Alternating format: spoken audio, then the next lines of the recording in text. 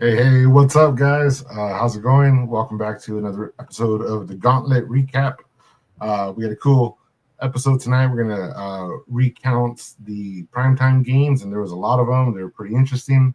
We're going to go over our biggest cut week yet. 50% of our league was cut this week. We'll find out who was in and who was out. A lot to go over, but real quick, we want to introduce our favorite guest here, Mr. Degen Ethan. How you doing, Ethan? How was your week in fantasy football, and how's it going? Doing good. Thank you for having me. Pretty crazy week to say the least. We can go into that in just a minute, though. We can talk about what all happened this week. Yeah, absolutely. It was a wild one. So we're here to talk about mostly the gauntlet, the game itself, and what happened here in week 13. This is our best ball playoff bracket week one. We had 192 teams, and they got cut by 50%. 96 remain, 96 exit the game. The good part about it is if you are one of the few that exit the game, you still had a shot. As we'll talk about later, some of the players that got cut this week were the number one seed. They dominated through redraft, dominated through the guillotine portion, and a few of them walked away with $80 despite being outed in week 13. So, Ethan, you're actually one of the bonus winners that's been consistent throughout the season. I mean, how do you like it, having a little bit of cash on your way out? Look, there is no better place to play than Ballsville. There are some leagues I've been outed of. I've joined all 12 of them. The max we could join was 12. Finding Ballsville this offseason was probably the best thing that I've done fantasy wise this year. Like I said, I'm only in 4 leagues, and I mean, with the bonuses alone, I pretty much broke even. Which there comes strategy to that, and just putting in time, trying to find trading partners and everything, doing playing the game the best I can, not trying to exploit or cheat or nothing, but just playing honest and fair with everybody. And with the bonuses alone, I mean, I pretty much broke even. I mean, or Nice. something like that. But like I said, I got 4 teams left, 4 out of 96, I believe that's right, Alex.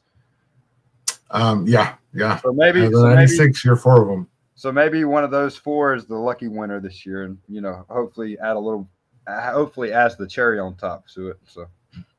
No, absolutely. And you said something really prominent here is that there's a lot of strategy involved. So a lot of people want to dominate early on.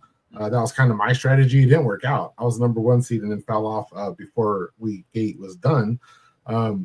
So early domination, maybe you want to stack your roster as soon as you can, or you want to bank, save, trade for fab, and use that fab during those 4 weeks of guillotine. We have a lot of super teams out there. I was actually in a fortunate situation where I had 25 or 75 fab, and the next person had 12 fab or 11. So I was able to make $12 wagers. I think I made 6 of them, and got That's 6 awesome. players knowing I was going to get them. So it worked out. We're gonna breeze through our segments here, guys. We're not gonna talk about the waivers, obviously, because we have automation now. It's all best ball, so there's no waivers. We are gonna get into the primetime rewind. We had some primetime games. We had Thanksgiving, obviously. My favorite game to watch was the Cowboys and the Chiefs. I don't know about you guys. We had a shootout. Cowboys beat the Chiefs 31-28. I wanted to point out Rashee Rice because I have like a dude crush on Rashee Rice. Obviously, everybody knows that. Since coming back in week 7, he scored 23 points, 25 points, 18 points, 9 points, 24 points, 29 points. In that same span, CeeDee Lamb, who also came back in week 7, scored 22 points, 14 points, 15 points, 17 points, 11 points, and then 24 points this week. And then George Pickens in that same span with 12 points, 14 points, 13 points, 29 points, 29 points, and he's currently the wide receiver 2. Ethan, if you had to order these 3 receivers, how would you order them? That is very tough. You put me on the spot with that one. It's hard to say because I mean, Lamb is really the best, but Rice really arguably is the best because he missed all them games and he's coming back. Arguably putting up the best numbers out of anybody. And then Pickens, like you said, is wide receiver 2. So that is a hard ranking right there. But if I had to pick right now, Lamb had a bounce back. I'm gonna go with Lamb still as my number 1. Rice is number 2, and even though Pickens is doing what he's doing, I mean, you can't. To me, he's still the B option. I mean, to me, I can't put him over either of those guys, even though he's a wide receiver 2, which is crazy to say. So for him, he's my wide receiver 3 right now. Lamb, Rice, Pickens. I like that. I think I would put Rice above. I would go Rice, Lamb, Pickens, and that's solely because it's hard. It's hard to pick out of it. It's hard to pick out of them too. I think you're right, talent wise. I think that's how it should be ordered. I think just the opportunity to have the pass funnel leans a little bit towards Rice, although that target share is concentrated over there in Dallas. So overall, I mean, I thought it was a great game. It was the one game that I was able to catch most of. I did a lot of road traveling. Were you able to watch all these games on Thursday? Well, the first game I was actually at my grandmother's, and they were watching the Macy's Day Parade, and I don't even know where the remote was, so I didn't really get to see none of the Packers-Lions game. But Amon-Ra got hurt. That wouldn't have been my favorite game. And then Lamar Jackson, I don't really know what was going on with the Baltimore Ravens, but that definitely wouldn't have been my favorite game either. But I got back home that afternoon, got to watch some of the Cowboys and Chiefs. It was back and forth, high scoring, offenses were booming. You can't really say that was my favorite game that day easily, pretty much. I agree. We did have the Bengals beat the Ravens. I have 32-14. Wasn't it 32-24? Anybody in the audience know? 14. They got whooped 32-14. It was 14? Oh, yes. My God. Derrick Henry scored 17.4 fantasy points. Derrick Henry was a guy that people were trading for earlier in the season. So he's a guy that's coming to, it's the winter now. So, of course, he's going to start, dominating. He always does. Jamar Chase, 18 fantasy points. Chase Brown, 18.3. Joe Burrow gave you 23 fantasy points.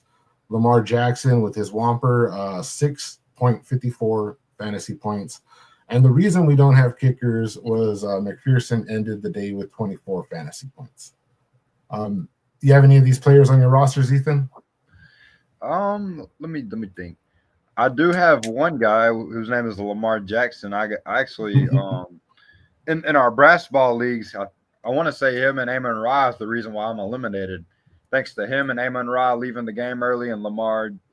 I mean, once them two set the Thanksgiving tone, I mean, I was already out. But quick shout out to our audience here. We have Chris. Chris, what's up? We got Miss Francis, Zubikis, Ethan. Hey, you're there too, and Mr. Tennessee Nick. Hey, everybody. We got a few more watching. Don't forget to hit the like button. Let's browse through the next ones. We have the Packers beat the Lions 31-24. Dontavian Wicks with 100 yards and 2 touchdowns, 28 fantasy points. Jameson after the Amon-Ra injury, 26.9 fantasy points. Christian Watson, 19.3 fantasy points. Jared Goff had 24. Jordan Love had 33.7. A lot of Jordan Love rosters making it through to the next round. Jacobs with 10, Montgomery with 12, and Gibbs with 11. So Montgomery had 12.8 on 10 touches, including not including a pass that I saw on the stat line. So I didn't see that play, but apparently he threw a pass. And then Jahmyr Gibbs, 11 fantasy points on 24. Are you happy with that? 24 touches for 11 fantasy points from Jahmyr Gibbs? No. After he just hung 55 fantasy points on the Giants, absolutely not. But we'll say that young man Gibbs has a Dallas defense this week.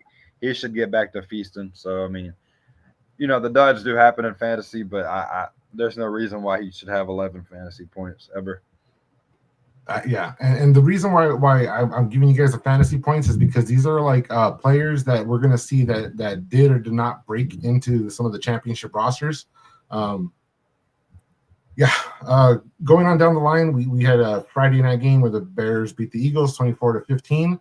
And so far, guys, we're talking about the Bears over the Eagles. We're talking about the Packers over the Lions. I don't know if that one counts, but I think the Cowboys and the Bengals could be underdogs. And this is in a week where we saw Carolina take out the Rams. A lot of underdogs won. And when we get into the gauntlet sheet, you're going to see a lot of underdogs won because we have a lot of 8 seeds that beat the 1 seeds. We have 12 of them as announced in the leagues. And these 8 seeds that beat the 1 seeds, they get a bonus, a $20 bonus just for that win alone. And we call it the Kingslayer bonus, the David and Goliath bonus type thing, right? Ethan, did you get any of those bonuses, those $20 ones? If I was a 1 seed, I probably wasn't beating nobody by 50, and I don't think I was. I don't think I was an 8 seed at all. So probably not none this week. But I've accumulated a lot throughout the season. So yeah. Nobody. There was no lunch money bonuses, and that was if you're the 1 seed and you beat the 8 seed by 50 points. You're dominating. We called that the lunch money bonus, and that was a conditional thing because one or the other had to happen, right? So we had 12 bonuses out of a possible 24. And we had a shared budget for the championship pot, and it was on top of the $400 that's assigned for the champion for the week 17 winner. And the conditional, I don't remember what the conditional bonus money was, but I think it could house 16 out of 24 of the bonuses. And if we had 24 people win all these bonuses, that would have been extra money for the game that came out of the Ballsville accounts. So we had 12. That leaves 4 times 20, so $80 goes into the championship bonus, which means after week 17, the winner of all the gods is going to win an additional $480. So that's what the championship pot landed at, plus what you wager and the money that you stack to get there. So we've already seen like over, I think, $2,500 worth of people winning. And after this week, whoever makes it through is going to get the first $50 payout. And then that starts stacking with each win. So we're in the thick of it. I mean, you have 4 teams. I think I have 2. And we have a lot of players that are familiar with us, the Todd Barbers of the world, the Sorry for Cousins and stuff that are in it and also getting eliminated. So it's real fun to watch, guys. Ethan, you have anything to stack on top of that, with the payouts and the playoff bracket playing out in front of us? This is going to be really interesting. I've never been a part of a 192 team bracket before, like in any type of anything before. So this is really, really fun game, really interesting. In my first year even here at Ballsville, I'm glad to become a part of it, be a manager of one of the Egyptians at least. It's like I said, it's nothing like this, and I've got some eliminations in some leagues, but these bonuses are stacking out. Like Alex said, a lot of these players are piling bonuses over 2,500. I believe you said is being paid out in bonuses already, which is a ton. I don't think there's anywhere on Sleeper that's doing this. And if you ever have any questions or concerns, we're all available to answer questions. Literally anytime, me, you, Chris. There's other people in the Discord that can answer any type of question and there's nowhere like this. And we're all, community based. We all get along with one another for the most part. There's nowhere like this on Sleeper or anywhere. Yeah, I'm glad you said that. Thank you for saying so. So one of the things that we kind of hang our hat on is we understand why people would call this a tournament. We don't fancy ourselves a tournament. We're kind of just an outlier. I've been in tournaments where you see spreadsheets, they're there, but nobody else gives you the opportunity to go and look at the other league and see who beat you and check out your competition, or offers live scoring the way that we do. We're on a podcast now, and a podcast is meant to deliver the information to you guys. We like to have fun and chat. We don't want to be too quick. We don't want to be too long. We want you guys to come in here and be able to BS and contribute to the show. But you're in both leagues. The gods came together, the dark realm and the light realm. There's 3 legions: the Egyptians, the Greeks, and the Romans. Each legion has 4 gods. They're released in waves. So if you're in like Horus, you're in the Egyptians wave number 3. and there's 12 gods total. So all these brackets that we're about to show you, they're playing out for a single god. There's going to be 12 of them. After week 16, there's going to be god winners that are going to win multiple hundreds of dollars. And then in week 17, you're going to have the option of hoarding your money and hoping that you win the championship, or you can throw it into a wager pot and wager against other god champions, up to 12 people. The less people, the better the odds. But that could be a big payout. The Ballsville game is all about the combination of the leagues, a nerfed league payout. But like when we get to the redraft payouts, everybody there take money. For winning your league, you take money. And we're all about winners. That's why we stack all these bonuses. Maybe you exit next week, but maybe you want something on the way out. So, and the deeper you get, the more money you're going to win. We have 2 more games. We'll kind of breeze through them real quick. Broncos beat the Commanders 27-26 in overtime. I was asleep for this. Ethan, did you watch this game? I definitely did watch some of it, but like you, I fell asleep too. I thought the game was about to end. I was getting tired. I was watching Stranger Things or something on TV, and I ended up falling asleep during it, trying to keep up with stats and stuff. I woke up and seen that R.J. Harvey and Terry McLaurin had a overtime touchdown. So, I mean, they changed the overtime rules, obviously, or else one of those would have never even happened. So, I mean, Harvey and McLaurin got another touchdown for fantasy owners, which means Mariota got one if you started Mariota. Yep. Just more fantasy stats overall for people. I mean, that was probably, in my opinion, one of the games of the week. That was when I was watching it was very interesting, and we got to mention that catch. Yeah, the Treylon Burks catch. We actually have a poll in Discord that's going to complete at 6 p.m. my time, so that's about 13 minutes from now. But we asked the question that everybody's asking: was it the Burks catch? Was it the Puka catch? Was it the Brock Bowers catch? What catch do you think? All right, let's do it like this, Ethan. I'm going to put you on the spot one more time. Okay. Put them in order: Burks, Bowers, Puka. Look, I've seen the Burks one live, so I mean, I might be a little bit of bias on that one. But yeah, I was actually in bed watching it. I jumped out of bed when that happened because that to me that had what Odell Beckham did all over it. I mean that was insane. Like Odell Beckham gave him props. Odell Beckham didn't give Bowers and Puka props, which that doesn't say nothing. In my opinion, Bowers and Puka, their catches were spectacular. Nothing against them. They are spectacular players. Burks hasn't got his shine like that, but still, I think Burks had the best catch. But Bowers and Puka's catch was unreal. Like all of them were unreal, really. But it's hard to rate. But give me Burks.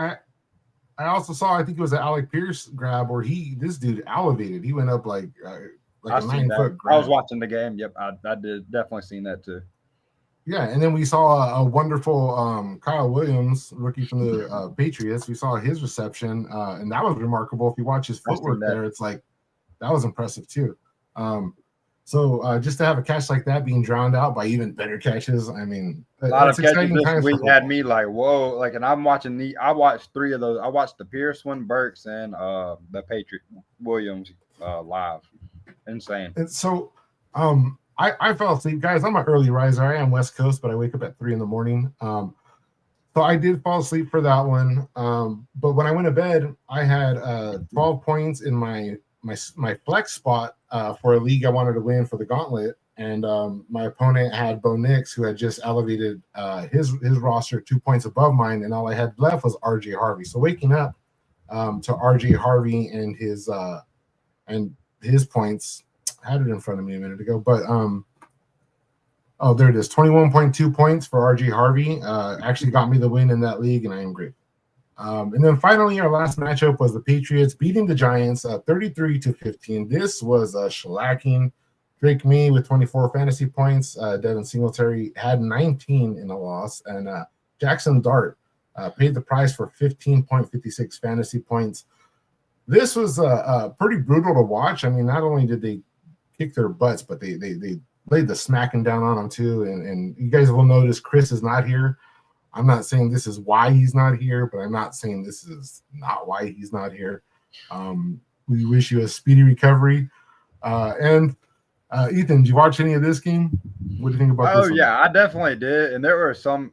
This was a very strange game to watch. Just overall, there's so many things I want to talk about right now. Like young Hoku. I mean, missing the. I mean, kicking the turf instead of kicking the ball. Like the 95-yard punt return by Marcus Jones. That's why I really wanted to turn off the game. And then I mean, they were hit. They were hit. I mean, they were body slamming Jackson Dart. I mean, he was flying everywhere.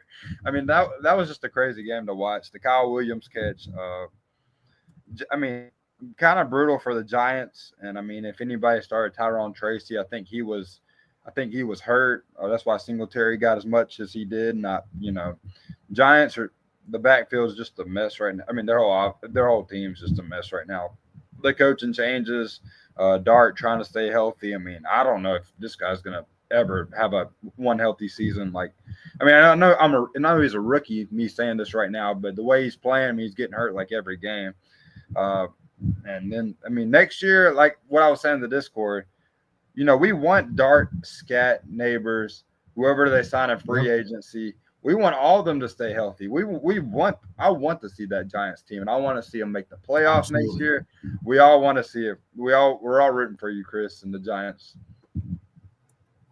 No, absolutely. And if you're in the Discord, you see this little chart pop up every now and then. We have to update it, but it's like the saga of a Giants fan, and it's just empathy for our friend Chris. So, anyways, that's going to wrap up our primetime rewind here. We're going to get into the next segment. Actually, let's go ahead and pass it. Normally, we do the good, the bad, the ugly, guys. But we have a lot to get into. So let's just go right into our gauntlet recap. So if you're in these leagues, you had the manager bot come through and drop this document repeatedly. It's pinned. We had half the leagues get cut. And Amon-Ra Light, you can see the people that made it through. We have Trader Clam, JoJo White Knight, Tortoise, Run the Hurry Up, Jimbo, Toasty, Waffles, DJ Ethan. We'll go down and look for some of these matches that were highlighted. We can look here. We have an example of JoJo, who actually won 4 of the 12 bonuses. You can see the little icon there. That indicates that he was the 8th seed for the light realm. Right here, he finished the redraft portion at the bottom of this group of 8 and became the 8th seed going into the bracket. So he comes down here as the 8th seed. Now on the inverted side, unfortunately, that's our friend Ethan. Ethan starts the bracket from the bottom, going up. The 1 seed faces the 8 seed and lost. So that 8 seed gets that bonus payout. $20 will be assigned to JoJo, which is actually 80. Because he won 4 of these. There's another, I think Grizz is the other one that won multiple. I think he won 2. Not too many in the Egyptians, but we did see a lot going into the Greeks and going into the Romans. There's Todd Barber with one of them. And if you look over here on the left, this is the bonuses that ended the guillotine portion. This is that's a $50 payout right there for Ethan for finishing with the most points on the season out of the 8 players that survived the guillotine portion. So that's Ethan winning 50 there. Todd Barber winning 20 there.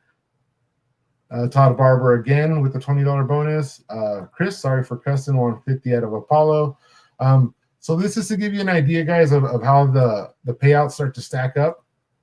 By now, there's a chance you won the $30 redraft bonus, the $50 guillotine bonus, and the $20 Kingslayer bonus.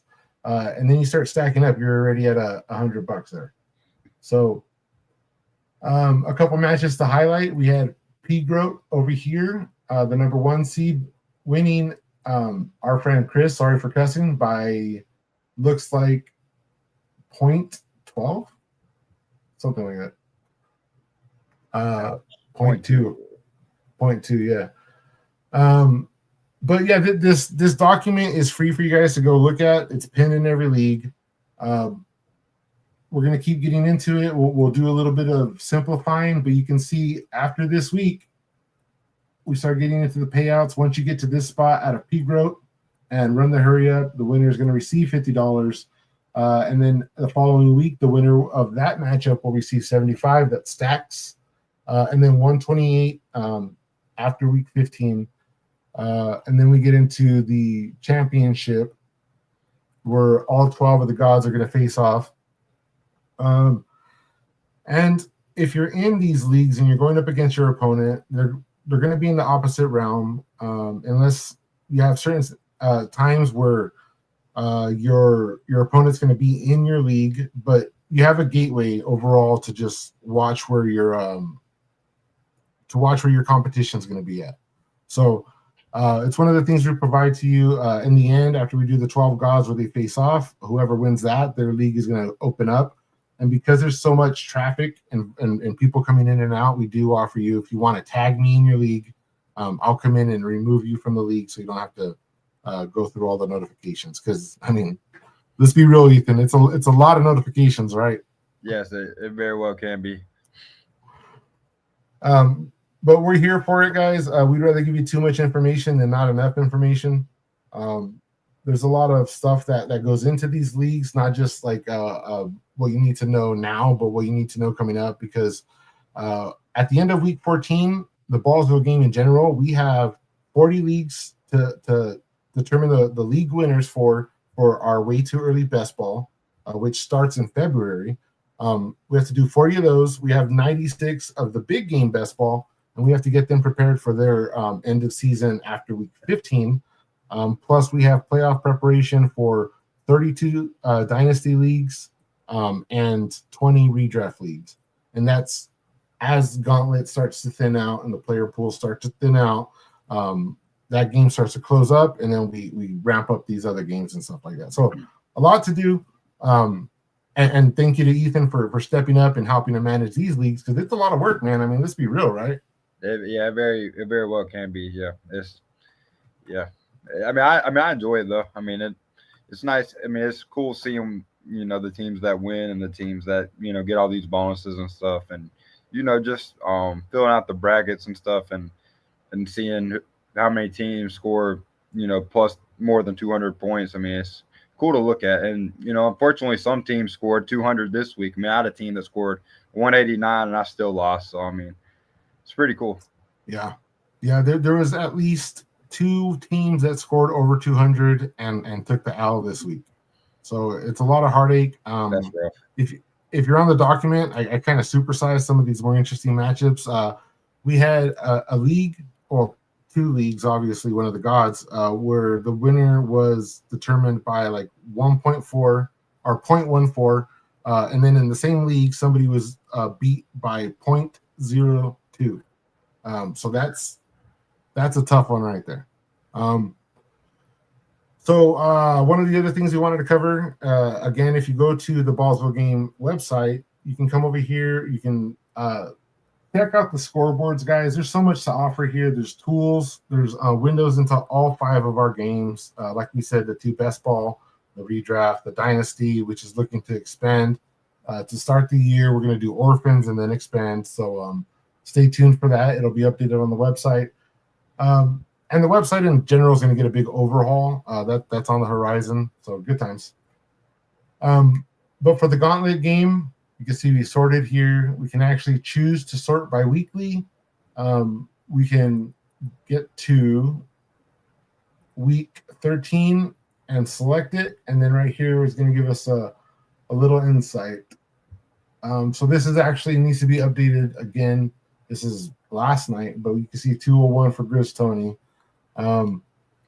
So information is going to be updated, but go to the website, check out the scoreboards. Links to the games are here. Lots of cool tools. I use this all the time. I don't know about you, Ethan. Do you ever come on to this site? I've definitely from the first time you've ever asked me that, and like right now on this day, I've definitely got on. Like, I mean, I probably check it several times a week. I mean, maybe even every day. I mean, it's definitely cool to look at and see, and especially when you're trying to gauge where you stand in the bonuses and all types of stuff, and just seeing where you compare against everybody that plays these games and in all these different leagues. You can, all you gotta do is go to the website, uh, click what type of game you're playing, whether it be the big game or gauntlet or dynasty, whatever you're trying to look at, and see how strong you are compared to everybody else throughout this point of the year, which it's a year sample now. So I mean, you can look at anything. No, absolutely, and there's a lot of things that I do as well. Like I'll go if I see that a player's out, I'll go and look there on the website because it gives you like this nice visual of what leagues you have this player, and then you just go to the Sleeper app and go and swap them out. And I know you can do it on Sleeper where you could bring down your menu and it shows all your leagues. But like for me, I have 200 and I think it's 244 leagues that drop down. So it's Yeah, easier to go to I the have a website. ton. I Yeah, have a it's ton. easier to go search manually. Yes, I like Um, that. one last thing, guys, that I want to show you. This link was dropped. This is our Discord link, and it's I say it all the time. We're not out to like blow up and be like the biggest thing in the world. What we like is to be here for the community. We're very niche, and the people that want to participate and want to come and hang out, you're going to come to the page. We give you experience on the way in because you can only see like 3 of these channels as a newcomer. So as long as you comment, everything here will open up. If you get the chat, you get rules for the games. You can come and check out some of the updates. This is a playoff picture for Dynasty. Some of the game info for the big game. Some of our promos when they drop. Same for the redraft, the Gauntlet game. We talk a little bit about the Monday Night Miracles. This is more prevalent in season. This will be more active for the playoffs. We have some Dynastyville stuff. Connor, if you look, we miss Dynastyville, JoJo. Speaking of JoJo, we have his DFS game here. Every week he releases a DFS article, and it covers some of the reasoning behind not just the players that he wants to highlight, but why. And it makes a lot of sense. He's helped a lot of people succeed. And we also have a DFS contest that goes on during the season. Lots of cool stuff, guys. We do a little bit of poker nights here and then. Come check that out. That's invite only. And image share. If you're a community member and you're active like Ethan and Chris and I, you get access to some of the concept images that we use. A lot of the stuff does and doesn't make the site. Promotional videos. These are my favorites. These are our custom iBots. These represent the games that we play, the redraft, the mini leagues, Dynasty, the Dragons, and the Heroes. So lots of cool stuff, lots of reasons to come to the Discord, take part of the community, see what we got going on. This is where we drop links to everything here and in the hub.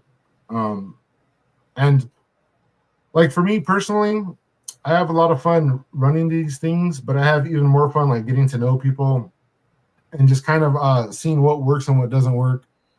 We listen to your guys' criticism. We get a lot of feedback, and we don't shy away from it. We think it makes us better here.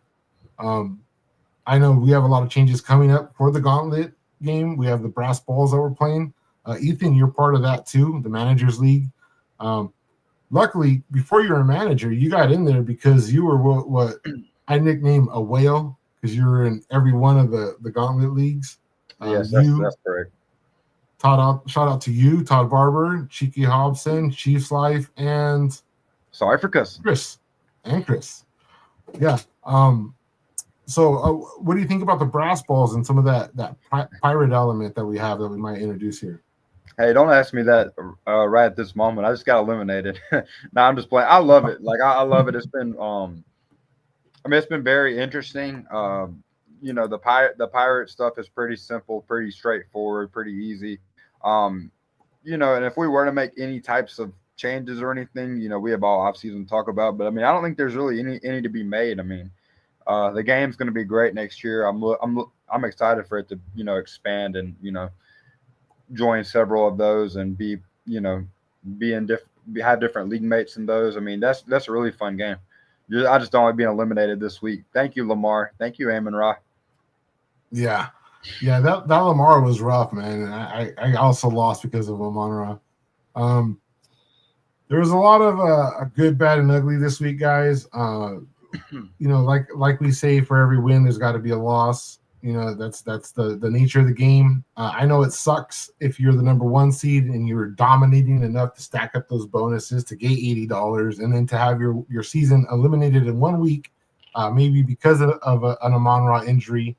That stuff sucks, But any other time you're going to lose anyway. Here we are going into week 14. Maybe you lost, maybe you took home a little bit.